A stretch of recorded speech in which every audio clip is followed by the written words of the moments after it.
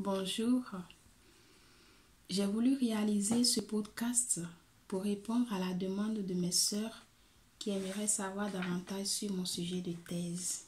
Alors, mes travaux de recherche portent sur les violences historiques, politiques et esthétiques chez Hariman et Patrice Ngana, deux auteurs de la littérature francophone dont le rapprochement pourrait susciter à juste titre des interrogations, l'un étant malgache et l'autre camerounais.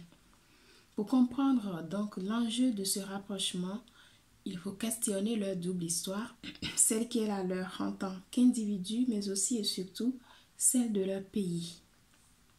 Or, l'histoire des pays ex-colonisés n'a pas toujours la figure du bonheur. Elle a comme destin lié avec la violence, une violence qui nourrit l'imaginaire des écrivains francophones. Pour certains de ces écrivains, il s'agit de ramener au jour ce qui a été occulté. Pour d'autres, cela se justifie par un besoin de réinvestissement du passé. Pour d'autres encore, c'est une tentative d'explication de la complexité humaine. Une complexité qui se traduit par les violences et contradictions qui ont frappé le continent africain.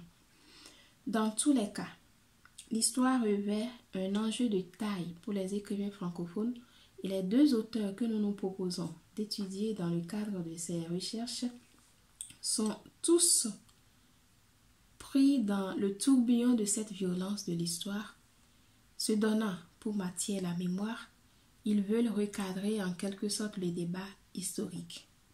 On peut alors se demander si ce travail de mémoire ne comporte pas son propre piège.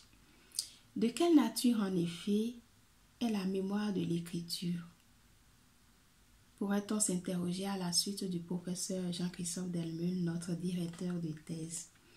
Nous sommes dans un contexte de création fictionnelle et les œuvres des auteurs ne délivrent pas des vérités scientifiques. La littérature, pour rappel, a certes un rôle d'enregistrement, de conservation, mais elle ne se substitue pas à l'histoire, car elle est de l'ordre de la représentation et donc de la subjectivité, tandis que l'histoire, quant à elle, relève de la transmission et de l'objectivité.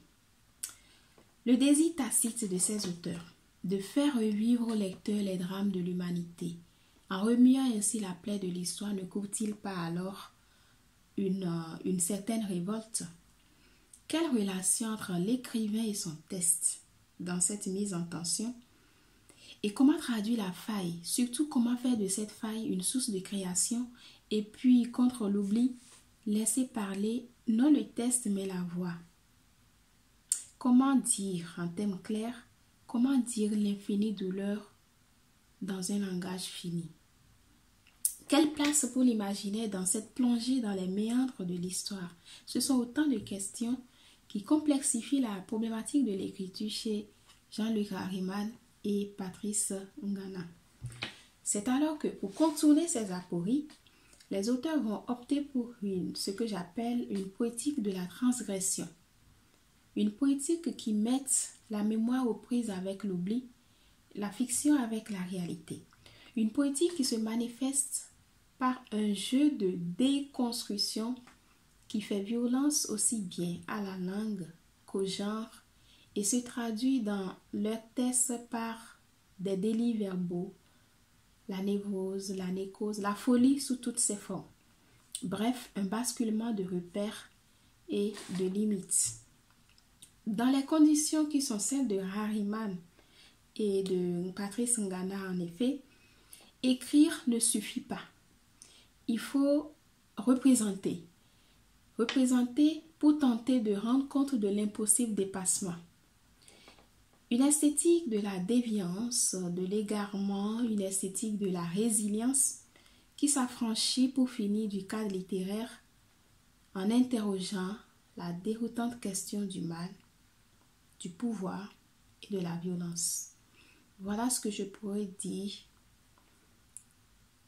pour résumer un peu la substance de mes travaux de thèse. Merci.